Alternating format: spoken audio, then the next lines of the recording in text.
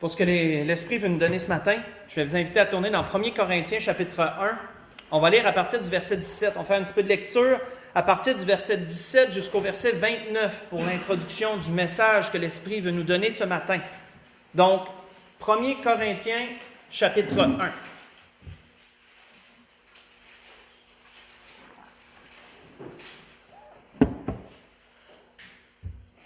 1 Corinthiens chapitre 1.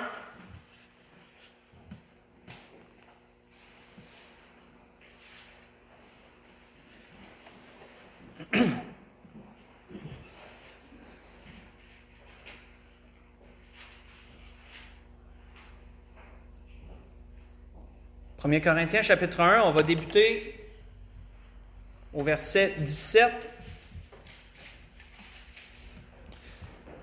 Il est dit, Paul disait, « Ce n'est pas, en effet, ce n'est pas pour baptiser que Christ m'a envoyé.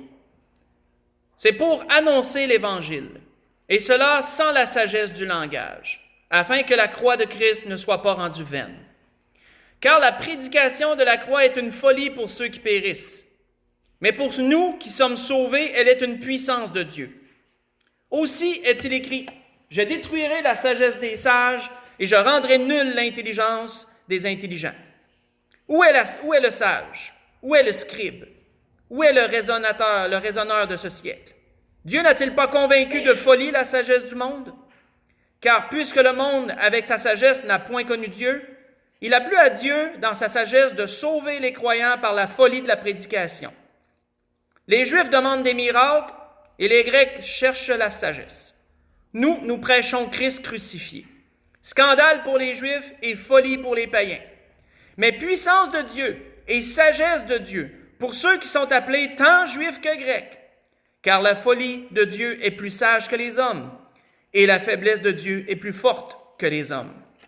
Considérez, frères, que parmi vous qui avez été appelés, il n'y a ni beaucoup de sages selon la chair, ni beaucoup de puissants, ni beaucoup de nobles. Mais Dieu a choisi les choses folles du monde pour confondre les sages. Dieu a choisi les choses faibles du monde pour confondre les fortes. Et Dieu a choisi les choses viles du monde, celles qu'on méprise, celles qui ne sont point, pour réduire à néant celles qui sont, afin que personne ne se glorifie devant Dieu. On va arrêter là. Nous voyons par ces paroles, frères et sœurs, l'apôtre Paul voulait enseigner un grand message, une grande morale aux Corinthiens. Il voulait leur enseigner que dans la majeure partie de ce que Dieu fait, Dieu prend ce que l'homme dédaigne. Dieu prend ce que l'homme méprise. Dieu va prendre ce que l'homme délaisse, ce que l'homme ignore, ce que l'homme rejette, et il va s'en servir pour son œuvre. L'exemple que l'apôtre Paul donnait aux Corinthiens, si on prend l'exemple ici, était la croix. Qu'est-ce que l'apôtre Paul disait? Qu'est-ce qu'elle était la croix pour les Juifs? Et qu'elle est peut-être encore, probablement. Pour les Juifs, elle est une malédiction, la croix. Elle est une malédiction. Puisque l'apôtre Paul le disait aux Galatiens, aux Galates, il leur disait que quiconque est crucifié est maudit. On voit que Dieu s'est servi de la croix et qu'est-ce qu'il a fait avec la croix? Il a transformé la croix d'un objet de malédiction en un objet de salut, de bénédiction. Pour les païens, la croix est une folie et Dieu en a fait une sagesse. Pourquoi? Parce que Dieu, dans son œuvre, dans sa façon d'agir, se fait même un devoir, j'irais même jusqu'à dire, de confondre le monde. Vous savez, quand vous confondez quelqu'un, vous rendez réel le contraire de ce que la personne pensait. Si la personne, elle regarde quelque chose puis qu'elle dit « ça, là, ça mènera à rien », puis qu'en fin de compte, vous l'amenez à être quelque chose, bien, vous l'avez confondu. Vous avez rendu ça réel quand lui pensait le contraire. Vous avez été à l'encontre de ce que lui imaginait. Vous l'avez confondu. Dieu, dans son œuvre, se plaît à confondre le monde. Il se plaît à confondre les sages. Il se plaît à confondre les hommes. Pourquoi fait-il cela? Parce que quand tu réussis à confondre quelqu'un, tu fais éclater une vérité. C'est pas niable. Dieu confond le monde afin de faire éclater sa gloire. Son nom en devient que plus grand, que plus élevé. Quand le monde dit que cette chose-là ne fonctionnera pas et Dieu la fait fonctionner quand même. le monde ne peut nier que Dieu était derrière cette chose et qu'il a confondu. L'apôtre Paul utilisait l'exemple de la croix, mais nous sommes-nous déjà arrêtés, frères et sœurs, à quel point Dieu agit ainsi dans toute son œuvre? À quel point que dans différentes sphères, Dieu agit toujours de cette façon-là. Et c'est ce que l'Esprit veut nous montrer ce matin. Tournons dans la Genèse chapitre 2. Dans la Genèse chapitre 2. Et on va analyser différents aspects des choses que Dieu a faites. Et vous allez voir que c'est toujours la même affaire. Dieu prend toujours ce que l'homme méprise, ce qui est faible, ce qui est vil, et Dieu l'utilise pour son œuvre. Dieu l'élève. Pendant que vous y tournez, je vais vous lire une parole de David. David avait fait une citation dans les psaumes qui démontrait un peu ce fait de Dieu. Il dit « Par la bouche des enfants et de ceux qui sont à la mamelle, tu as fondé ta gloire pour confondre tes adversaires, pour imposer silence à l'ennemi et aux vindicatifs. » David disait ça dans le psaume 8, verset 3, s'il y en a qui veulent le prendre en note. Démontrant quoi? Se servant de l'exemple, comment Dieu tire la louange des enfants. Pourquoi qu'il fait ça? Pour confondre les sages, pour confondre ceux qui pensent savoir. Dieu se sert des enfants pour tirer sa louange et sa gloire. David reflétait cet exemple. Mais nous voyons dans la Genèse chapitre 2, nous allons voir un bon exemple. Genèse chapitre 2, à partir du verset 5. Qu'est-il dit? Il est dit, lorsque l'Éternel, Dieu, fit la terre et les cieux, aucun arbuste des champs n'était encore sur la terre et aucune herbe des champs ne germait encore, car l'Éternel Dieu n'avait pas fait pleuvoir sur la terre. Il n'y avait point d'homme pour cultiver le sol. Mais une vapeur s'élevait de la terre et arrosa toute la surface du sol. Et que fit Dieu? L'Éternel Dieu forma l'homme, est-il dit, de la poussière de la terre. Il souffla dans ses narines un souffle de vie et l'homme devint un esprit vivant. Un être vivant. Avez-vous remarqué, frères et sœurs, que Dieu n'a pas formé l'homme à partir de ce que l'être humain considère comme précieux? Dieu n'a pas formé l'homme à partir de la poussière, de poussière d'or, admettons, de poussière d'argent, de poussière de bronze, de poussière d'uranium ou de peu importe ce que l'homme considère comme précieux. Dieu a formé l'homme à partir de la poussière de la terre. Il a formé l'homme à partir de ce que l'homme, l'être humain lui-même, va balayer, va secouer ses souliers pour enlever cette poussière-là. L'être humain va prendre un balai pour sortir ça de sa maison s'il y en a à terre. Puis c'est avec ça que Dieu nous a formés.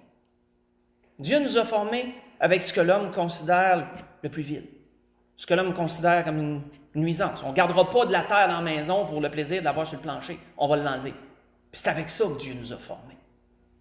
On n'a pas été formé avec un matériau extrêmement précieux. Et pourtant, David, c'est pas pour rien qu'il dit « Je te loue de ce que je suis une créature si merveilleuse.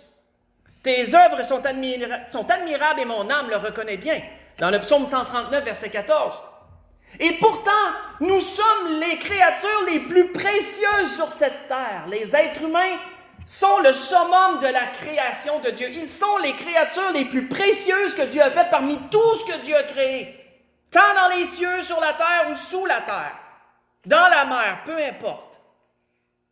Pensez-vous qu'on est si précieux que ça à cause du matériau avec lequel on a été créé? Absolument pas. Si on est précieux, c'est à cause que Dieu nous a créés à son image et à sa ressemblance. Nous reflétons l'image de Dieu.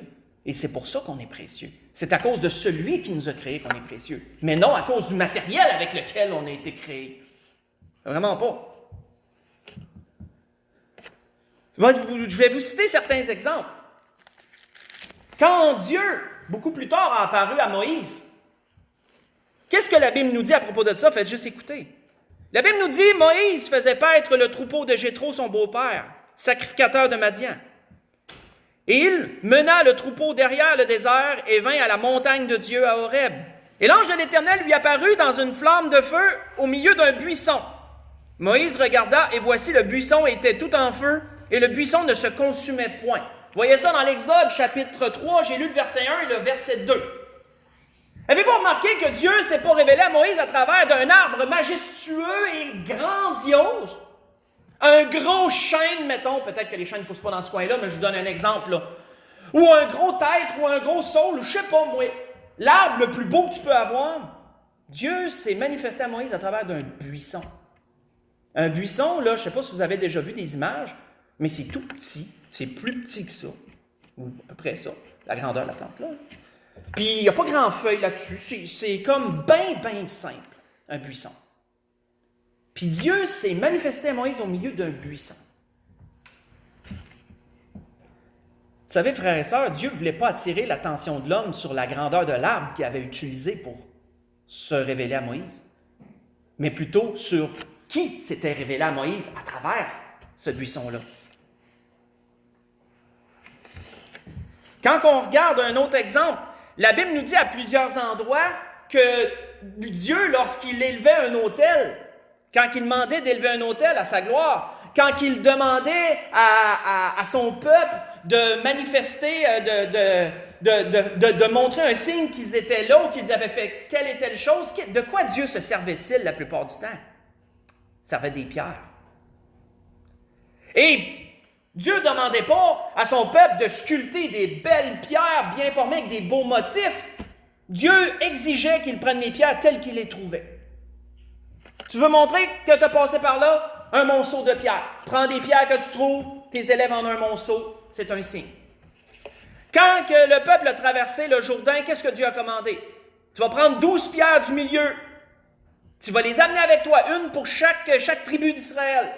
Puis lorsque vous allez vous arrêter pour camper, passer la nuit, c'est là que vous allez élever un monceau de pierres avec ces 12 pierres-là. Ça va être un témoignage que je vous ai fait traverser le Jourdain à sec. Et Dieu n'a pas demandé qu'ils sculptent des pierres et qu'ils soient artistement travaillées. Des pierres bien simples qui avaient été lissées par l'eau du Jourdain, tout simplement. Et cela servait de signe. Quand Dieu demandait d'élever un autel, c'est la même chose. Lorsque Abraham ou d'autres ont élevé un autel à l'Éternel, prenaient des pierres qu'ils trouvaient. Et pourtant, c'était pour le Dieu de gloire, le plus grand. Mais il semble qu'un autel où tu aurais bien sculpté des pierres puis tu aurais travaillé ça artistement, il me semble que ça leur aurait plus convenu au Dieu de gloire. Dieu se sert des choses folles, des choses simples du monde. Quand on regarde, Dieu un jour a guéri un Syrien. La Bible nous dit du nom de Naaman, pas besoin d'y tourner si vous savez c'est où, pas besoin. Qu'est-ce que ce Syrien a noté comme commentaire lorsque le prophète lui a dit, si tu veux être pur, tu vas aller te laver dans les eaux du Jourdain, tu vas aller te tremper, il n'a pas dit te laver, tu vas aller te tremper dans les eaux du Jourdain. Qu'est-ce que cet homme a relevé comme commentaire? La Bible nous dit que Naaman fut irrité et il s'en alla en disant, « Voici, je me disais, il sortira vers moi, il se présentera lui-même, il évoquera le nom de l'Éternel son Dieu, il agitera sa main sur place et il guérira le lépreux. Les fleuves de Damas, de Labana et du Parpar ne valent-ils pas mieux que toutes les eaux d'Israël? Ne pourrais-je pas m'y laver pour devenir pur? » Et il s'en retournait, il partait avec fureur. Qu'est-ce que Naaman avait remarqué? Les eaux du Jourdain, c'est des eaux boueuses. Mais les eaux de Damas, c'est des belles eaux pures. Les eaux du Tartare ou des eaux de Labana, c'est des belles eaux pures. Mais l'eau du Jourdain et 3 quarts du temps, c'est de l'eau boueuse. Puis c'est là-dedans que je vais être rendu pur. Dieu travaille toujours de la même façon. Dieu se sert des choses folles, des choses qu'on méprise, pour confondre les sages. Et vous savez comment que l'histoire se termine. Hein? Vous savez que ses serviteurs, ils ont dit, mais si tu aurais demandé un acte héroïque, tu l'aurais fait. Va donc juste te laver. Il te demande quelque chose de simple, vas-y donc. Puis Naaman a été confondu. Il a été guéri. Puis il a dû admettre que, pas que les eaux du Jourdain avaient une propriété miraculeuse, mais que le Dieu d'Élisée était le seul vrai Dieu. Toujours dans l'arrière-but que quand Dieu se sert des petites choses, des choses viles, des choses faibles, des choses que le monde méprise, puis que quand même il fait des choses grandioses avec ça, qu'est-ce que ça rend comme témoignage au monde? Que ça peut juste être Dieu qui a fait ça. Puis c'est ça que Dieu veut. C'est exactement pour ça que Dieu fait ça, d'ailleurs. Quand la Bible nous parle, mettons, de Samson, avec quoi a-t-il tué 1000 hommes? Est-ce que c'est avec une belle épée artistement travaillée, avec une mâchoire d'âne que la Bible nous dit? Avec une mâchoire d'un animal mort, il a tué 1000 hommes. Pas avec la plus belle et la plus grande des armes qu'il aurait pu trouver. avec quelque chose qui n'est même pas une arme. Qu'est-ce que ça rend comme témoignage, ça? Est-ce que c'est parce que Samson est un habile guerrier? Est-ce que c'est qu'il y avait une arme redoutable dans les mains? Ça rend comme message que le Dieu qui était derrière Samson, lui, est puissant. C'est toujours le même message que ça rend. Vous voyez ça dans Juge 15, versets 14 à 17, si vous voulez l'exemple de la mâchoire d'âne, et l'exemple de Naaman dans 2 Rois 5, versets 10 à 12, si vous voulez le prendre en note aussi. Allons voir autre chose dans 1er Roi 17. Allons dans 1er Roi chapitre 17, allons voir autre chose. Jusqu'à présent, vous avez remarqué, on a vu des matériaux.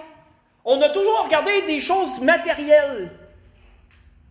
Que Dieu s'est servi, que ce soit la poussière de la terre pour former l'homme, que ce soit du buisson pour se présenter, que ce soit les eaux du Jourdain pour guérir un lépreux, que ce soit une mâchoire d'âne pour tuer 1000 hommes et mener une guerre. Dans toutes ces choses-là, frères et sœurs, qu'est-ce que ça démontrait? Que ce n'était pas ces matériaux-là qui valaient quelque chose, c'était le Dieu qui les maniait, c'était le Dieu qui était derrière celui qui les maniait, c'était le Dieu qui derrière qui se présentait, c'était toujours Dieu en tout. Dans un autre, je dirais, sphère, on va voir la même chose dans 1er Roi 17.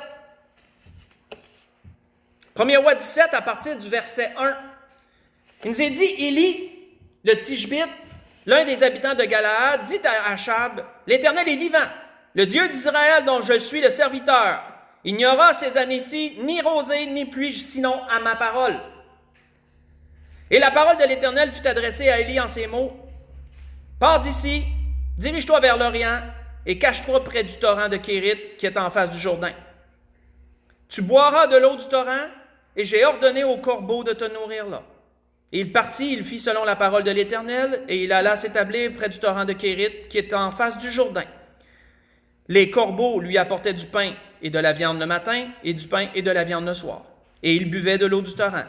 Mais au bout d'un certain temps, le torrent fut à sec, et il n'était point tombé de pluie dans le pays. On va arrêter là. Avez-vous remarqué qu'ici, Dieu s'est pas servi de l'oiseau le plus majestueux, de l'oiseau qui a la meilleure des réputations pour aller nourrir Élie? Il s'est servi d'un oiseau charognard que personne ne voudrait prendre ce qu'il va laisser à terre puis en faire sa nourriture, mais Dieu s'est servi de ce type d'oiseau-là pour nourrir son prophète.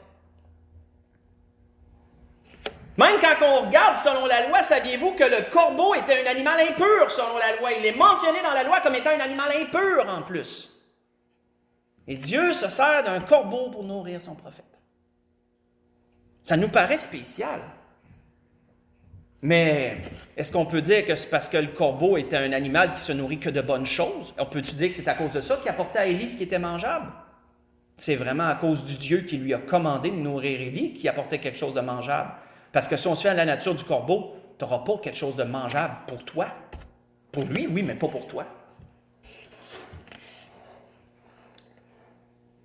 Quand on regarde l'histoire de Balaam et de Balak, pas besoin d'y tourner dans les nombres, là. De quel animal Dieu s'est-il servi pour réveiller Balaam, pour lui parler, lui faire une morale? Est-ce que Dieu s'est servi d'un animal extrêmement intelligent? Dieu s'est servi de son ânesse, de sa vieille ânesse. Dieu lui a donné la parole, lui a permis de parler comme un homme, et elle a raisonné son maître, on pourrait dire. Dieu ne s'est pas servi d'un animal extrêmement intelligent, là. Même les ânes, quand tu regardes à l'époque, c'était l'animal le plus stupide même que tu pouvais trouver. Même un âne, c'est « t'es-tu comme un âne hein? » L'expression même vient de là. Et Dieu s'est servi de cet animal-là pour faire la morale à un homme. Et avoir raison sur lui en plus. Quand on regarde l'exemple de notre Seigneur, qui est descendu de façon grandiose et royale vers la ville de Jérusalem, qu'est-ce que la Bible nous dit? Sur quel animal était-il monté pour se présenter ainsi? La Bible nous dit, ils amenèrent à Jésus l'ânon, sur lequel ils jetèrent leurs vêtements et firent monter Jésus. Et quand il fut en marche, les gens étendirent leurs vêtements sur le chemin. Et lorsque déjà il approchait de Jérusalem vers la descente de la montagne des Oliviers, toute la multitude des disciples saisis de joie se mit à louer Dieu à haute voix. pour tous les miracles qu'il avait vus. Il disait, béni soit le roi qui vient au nom du Seigneur, paix dans le ciel et gloire dans les lieux très hauts. Et quelques pharisiens du milieu de la foule dirent à Jésus, Maître, reprends tes disciples. Et il répondit, je vous le dis, s'ils se taisent, les pierres crieront. Vous voyez ça dans Luc chapitre 19, j'ai lu le verset 32, verset 39. Mais il semble que pour un roi, ce qui s'y est le mieux, c'est un cheval. Lorsque le Seigneur va revenir dans sa gloire, la Bible nous dit qu'il va être sur un cheval blanc. Puis nous aussi. On voit dans l'histoire d'Esther, pas besoin de tourner, dans l'histoire d'Esther, qu'est-ce qu'on voit quand le méchant Aman a demandé au roi, il dit, quand le roi il a dit qu'est-ce que je pourrais faire pour élever un homme, puis vraiment le remercier. Puis Aman, pensant que c'était pour lui, il a pris vraiment le paquet, il a dit, tu vas le faire monter sur ton cheval, tu vas mettre un vêtement royal sur lui, puis tu vas dire, c'est ainsi que le roi fait à tout homme qui veut honorer. Puis le roi il a dit, fais comme ça pour Mardoché. Pourquoi le cheval, frères et sœurs? Parce que le cheval, c'est l'animal noble. Selon les hommes, c'est l'animal qui sied au roi. Mais lorsque Jésus est venu ici-bas et qu'il est allé vers Jérusalem, on a pris, non seulement on a pris un petit ânon sur lequel personne n'était monté, mais un âne, c'était aussi l'animal des pauvres, frères et sœurs, dans l'époque. À l'époque, si quelqu'un était monté sur un âne, tu ne disais pas, ouais, lui, il a de l'argent. C'est le contraire. Tu disais, lui, il est pauvre en titi, parce qu'il n'y a rien qu'un âne sur lequel il peut monter. Et Jésus est monté sur un ânon, lui qui est le roi des rois, et il est entré comme ça à Jérusalem. Dieu se chère des choses viles du monde, frères et sœurs, des choses folles pour confondre les sages, toujours. C'est pas pour rien que le prophète Zacharie avait prophétisé en ces termes, il avait dit « Sois transporté d'allégresse, fille de Sion, pousse des cris de joie, fille de Jérusalem, voici ton roi vient à toi. Il est juste et victorieux, il est humble, monté sur un âne le petit d'une ânesse, disait-il, dans Zacharie 9, verset 9. Qu'est-ce que ça nous montre, frères et sœurs? Même dans les animaux que Dieu a utilisés, que ce soit le corbeau, que ce soit l'ânesse ou son petit l'ânon, Dieu n'a pas utilisé des animaux grandioses et des animaux de bonne réputation. Au contraire, Dieu a utilisé des animaux qu'on considère stupides, qu'on considère vils, pour certains, pour les pauvres. Et Dieu en a fait une monture pour son roi, pour leur roi, et un corbeau pour nourrir son prophète. Ça nous montre que c'est toujours Dieu qui est derrière tout ça, qui est élevé, qui est élevé en gloire, et non l'animal en tant que tel. Tournons dans Michée, chapitre 1. Allons voir autre chose. Dans Michée, chapitre 1.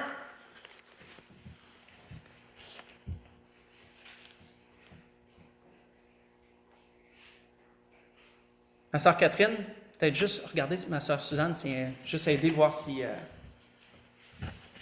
Des fois, ça peut être plus difficile de trouver certains livres. Le livre de Michée est un livre plus difficile à trouver, il tourne moins souvent. Dans Michée, chapitre 5.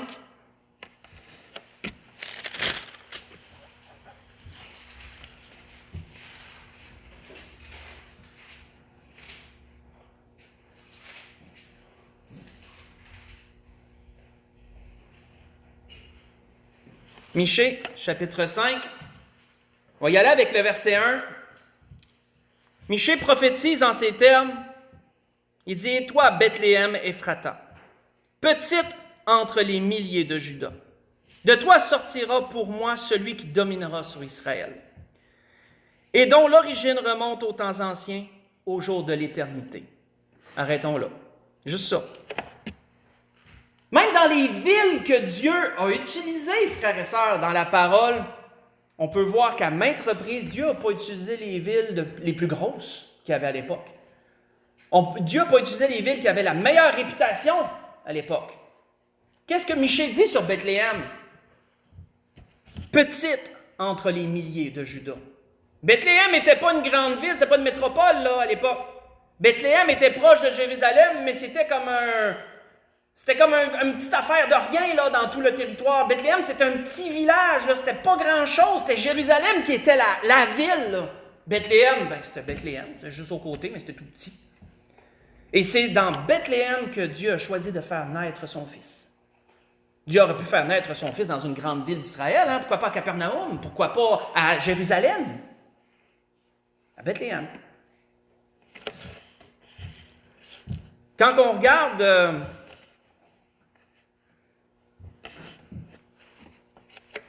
où Dieu a amené son Fils pour être élevé, pour passer son adolescence, sa jeunesse, son adolescence jusqu'à l'âge adulte. Qu'est-ce qui est dit à propos de cette ville, ou village, même c'est plus un village, Nazareth? Qu'est-ce qui est dit? Dans les débuts des témoignages que Jean rapporte, la Bible nous dit que Philippe rencontra Nathanaël et lui dit « Nous avons trouvé celui de qui Moïse a écrit dans la loi et dont les prophètes ont parlé, Jésus de Nazareth, fils de Joseph. » Et qu'est-ce que Nathanaël relève? Nathanaël lui dit « Peut-il venir de Nazareth quelque chose de bon? » Et Philippe lui répondit « Viens et vois. » Voyez ça dans Jean 1, j'ai lu verset 45 et le verset 46. Dans la ville que Dieu a choisie pour élever son Fils, c'était pas la ville qui avait la meilleure des réputations. Nazareth, d'après ce que Nathanaël en dit, on n'en lit pas grand-chose, mais d'après ce que lui dit, peut-il sortir de bon quelque chose de là? Ça veut dire que la ville n'avait pas bien bonne réputation. Puis c'est là que Dieu a choisi que son Fils soit élevé. C'est quelque chose. Dieu aurait pu choisir encore Jérusalem, là où les anciens sont, là où tu as beaucoup d'accès à la loi et à tout. À Nazareth, tu ne devais pas avoir accès à grand-chose. En frais de loi, je veux dire, en frais d'enseignement et tout, tu ne devais pas avoir accès à grand-chose, tu devais avoir le minimum. Et même là, la réputation, comme on le voit, il repassera. Et pourtant, c'est là que Dieu a choisi que son Fils soit élevé. Alors, quand Jésus parlait avec une extrême sagesse, est-ce que les gens pouvaient dire, il vient de Nazareth, c'est pour ça qu'il en sait autant? Non. Non. Les gens pouvaient seulement dire, d'où lui vient cette sagesse? Hein? C'est certainement pas d'où qui est né ou qui a été élevé, c'est certainement pas là qu'il a pogné tout ça. Et si vous voulez penser comme les hommes, là. Pourquoi? C'est toujours la même raison, frères et sœurs. Dieu utilise les choses folles, les choses petites, les choses que le monde méprise, pour son œuvre. Quand Élie, on n'y retournera pas, mais quand Élie, après l'épisode du corbeau, quand Élie il a reçu un autre commandement, puis Dieu lui dit, tu vas te rendre à Sarepta, puis là, il y a une veuve qui va te nourrir. Sarepta, c'est même pas en Israël, c'était dans le territoire de Sidon. À l'époque, c'est une ville considérée, c'est une ville de païens. C'est une ville chez les païens. Dieu n'a même pas envoyé son prophète parmi les siens pour être nourri. Dieu l'a sorti du territoire d'Israël et l'a emmené chez les païens pour être nourri pendant la famine. De sorte que lorsque le Seigneur Jésus a été justement à Nazareth, puis qu'il a témoigné dans la synagogue, là, qu'il a témoigné à ses confrères, aux gens de sa nation, puis voyant leur incrédulité, il leur a référé l'épisode d'Élie. Il leur a dit, avez-vous remarqué que lorsqu'Élie a été nourri, il n'a pas été nourri dans une ville de Juda? Il a été nourri à l'extérieur. Et voyez ça en passant dans Luc 4, versets 25 à 27, mais ça l'a fait fâcher les gens de son peuple. Ils étaient en colère contre lui.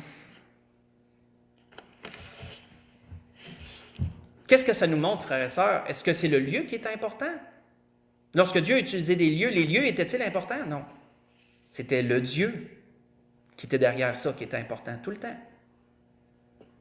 Alors, notez jusqu'à présent, on a vu des matériaux, on a vu des animaux, on a vu des villes, puis dans tous les cas, vous voyez toujours la même chose. De tout ce que Dieu a utilisé, toujours des petites choses, toujours des choses viles, toujours des choses que l'homme méprise, mais toujours des œuvres grandioses. Parce que c'est la gloire de Dieu qui éclate dans tout ça, c'est pas celle des hommes. Pour conclure, on va en voir une dernière. Tournons dans Jean 6. Dans l'Évangile selon Jean, chapitre 6, pour conclure. Allons voir une dernière œuvre, une dernière sphère, un dernier créneau où Dieu utilise. Il travaille toujours de la même façon. Dans Jean 6, on va lire du verset 1 au verset 9.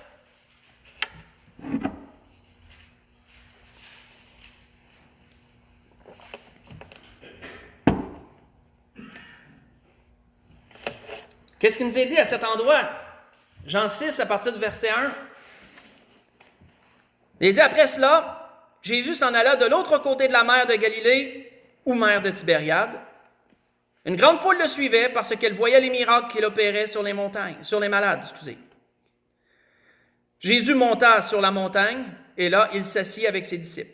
Or, la Pâque, la fête des Juifs, était proche. Ayant levé les yeux et voyant qu'une grande foule venait à lui, Jésus dit à Philippe, « Où achèterons-nous des pains pour que ces gens aient à manger? » Il disait cela pour l'éprouver, car il savait ce qu'il allait faire.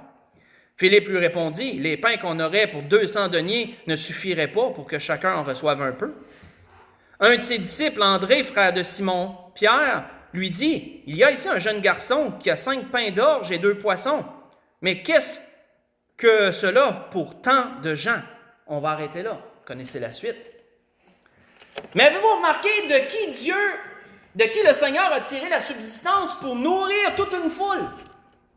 C'était pas d'un riche marchand qui passait par là puis qui avait tellement de matériel, tellement de choses à vendre qu'on aurait pu dire, il y en avait en masse pour tout le monde. D'un enfant qui faisait sans doute ses courses pour ses parents, parce que comme je l'ai déjà abordé dans un autre message, qu'un enfant se promène avec des pains et des poissons, ça vient pas de lui. C'est parce que ses parents l'ont envoyé faire une course. Puis ça a donné qu'il était là dans cet épisode-là. Puis ça donne qu'il y a un disciple qui est assez allumé pour, quand il cherchait comment on va nourrir, André, lui qui est allumé, voit le jeune suite avec ses petits pains et ses petits poissons, viens ici. C'est ça qu'on a. Et Dieu, avec quelques pains et quelques poissons, nourrit toute une foule. Est-ce que c'est à cause de l'enfant? Est-ce que c'est à cause... Non, c'est Dieu qui fait tout ça. C'est Dieu qui éclate sa gloire avec des choses simples. Quand on regarde qui a vaincu, quand on regarde dans l'Ancien Testament, qui a vaincu Goliath? Est-ce que c'est un soldat tout en armes, aussi grand que lui, pas aussi fort que lui?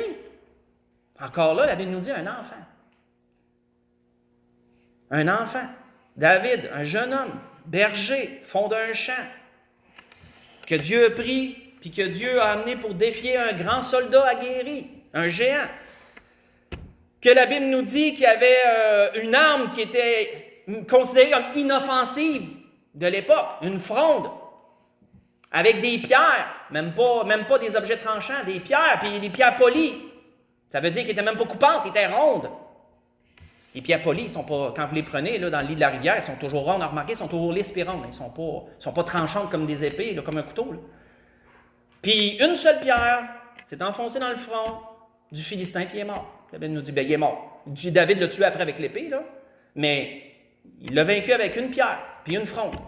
Voyez-vous, l'exemple de David est relevé souvent parce que c'est tellement impossible aux yeux des hommes. Ça se peut tellement pas que ça peut juste éclater la gloire de Dieu. Tu ne peux pas penser d'autre chose que c'était Dieu qui était derrière ça. C'était pas l'habilité de David, c'était pas la pierre, c'était pas son arme, c'était pas sa capacité militaire, c'était rien de tout ça, là.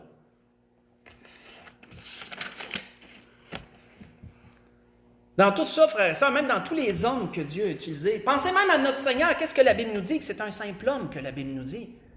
Et pour le roi des rois, le Seigneur Dieu n'a pas permis que son fils ait le plus beau des visages, la plus belle des carrures ou des apparences, de sorte que les gens ont été attirés à lui à cause de ça. Non, les gens étaient attirés au Seigneur à cause de sa parole, que la Bible nous dit, à cause de ce qu'il enseignait, à cause des miracles qu'il faisait. C'est toujours à cause de ce que Dieu faisait par lui qui est attiré.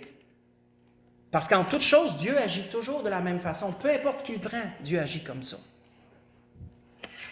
Pour conclure complètement, retournons dans 1 Corinthiens 1. Retournons où on a commencé. 1 Corinthiens 1, qu'est-ce qu'il nous est dit? On va terminer là.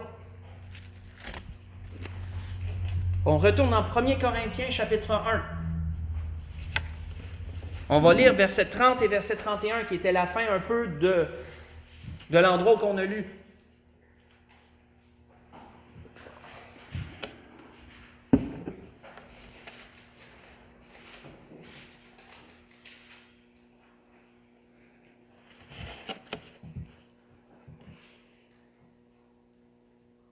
La Bible nous dit, l'apôtre Paul dit aux Corinthiens, « Or, c'est par lui. » Par lui, c'est par qui? C'est par Dieu. Par le Seigneur Jésus-Christ. C'est par lui que vous êtes en Jésus-Christ, c'est par Dieu. Qui, par la volonté de Dieu, a été fait pour nous sagesse, justice, sanctification et rédemption, afin, comme il est écrit, que celui qui se glorifie dans le Seigneur. C'est tellement merveilleux, frères et sœurs, lorsqu'on regarde l'œuvre de Dieu. Dieu prend des pécheurs, puis en fait ses enfants. Dieu prend des gens que parfois on ne voudrait même pas jeter les regards sur eux, puis lorsqu'ils sont touchés par la grâce, Dieu en fait des gens travaillant pour lui, des gens honnêtes, des gens droits. Mais au départ, c'est des gens vides. Dieu prend des gens, comme l'apôtre Paul le faisait remarquer aux Corinthiens, il a remarqué que parmi vous, il n'y a pas beaucoup de sages, pas beaucoup de nobles. Ça, je ne dis pas que les nobles ne peuvent pas hériter du royaume, mais il n'y en a pas beaucoup. Notez ce que Jésus disait, c'est rare qu'un riche va rentrer dans le royaume. L'œuvre de Dieu, frères et sœurs, est grandiose à cause de tout ce que Dieu fait. Mais dans tout ça, que celui qui se glorifie dans le Seigneur.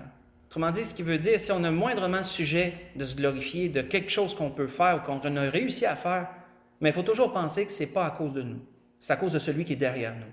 C'est à cause de celui qui est en nous. C'est celui qui nous appuie. C'est grâce à lui. Parce que Dieu prend des gens qui sont considérés comme faibles, des gens parfois qui sont considérés même peut-être pas ignorants, mais pas bien éduqués. Puis Dieu en fait des pasteurs. Hein? Notez que la plupart des pasteurs que vous avez eus ou que vous avez vus, ce n'étaient pas des gens extrêmement éduqués qui avaient suivi des cours d'université, etc.